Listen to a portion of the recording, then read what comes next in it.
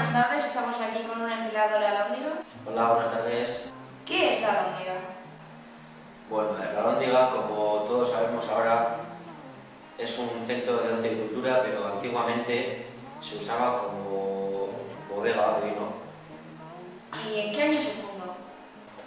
La Alhóndiga se inauguró en el 1909, pero como todos sabemos, por el gran tamaño que tiene la Alhóndiga, pues tardó en construirse 4 años, desde el 1905 al 1909. Back with the story to say.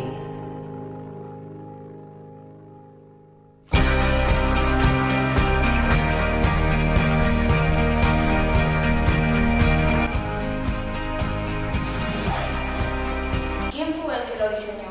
Por el difunto Ricardo Bastida. ¿Y anteriormente para qué se utilizaba? Pues bueno, aparte de para guardar vino, también se utilizaba para guardar otro tipo de licores, aceite, vinagres, etc. ¿De dónde y cómo venían todos esos productos? Bueno, pues el 80% del vino venía de La Rioja y como traían grandes cantidades, pues no podían traerlos en coches y así, lo traían en camiones y trenes.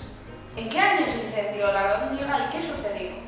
Bueno, el incendio se figuró en 1919, pero no me permite ni hablar de este tema porque es privado, ya lo siento.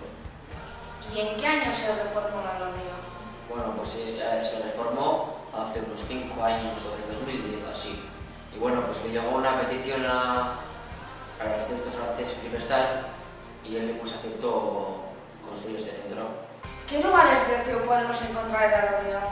Bueno, lo podemos encontrar en muchos lugares de ocio, porque viendo este centro que es enorme, podemos encontrar, por ejemplo, pues un salón de cine, una piscina, gimnasio, una auditoría, biblioteca, restaurantes, tiendas, parque subterráneo, de todo. Digamos que es un centro comercial moderno. ¿Cuál es el aforo máximo? No tenemos un aforo máximo.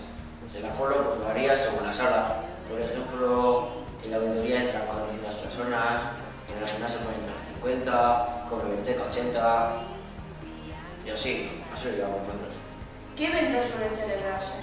Se celebran muchos tipos de eventos. Se celebran, no sé, arte en vivo, teatros, exposiciones. Aquí hay eventos para todo el mundo. Y con esto finalizamos nuestra entrevista. Muchísimas gracias por su tiempo. De nada, a usted.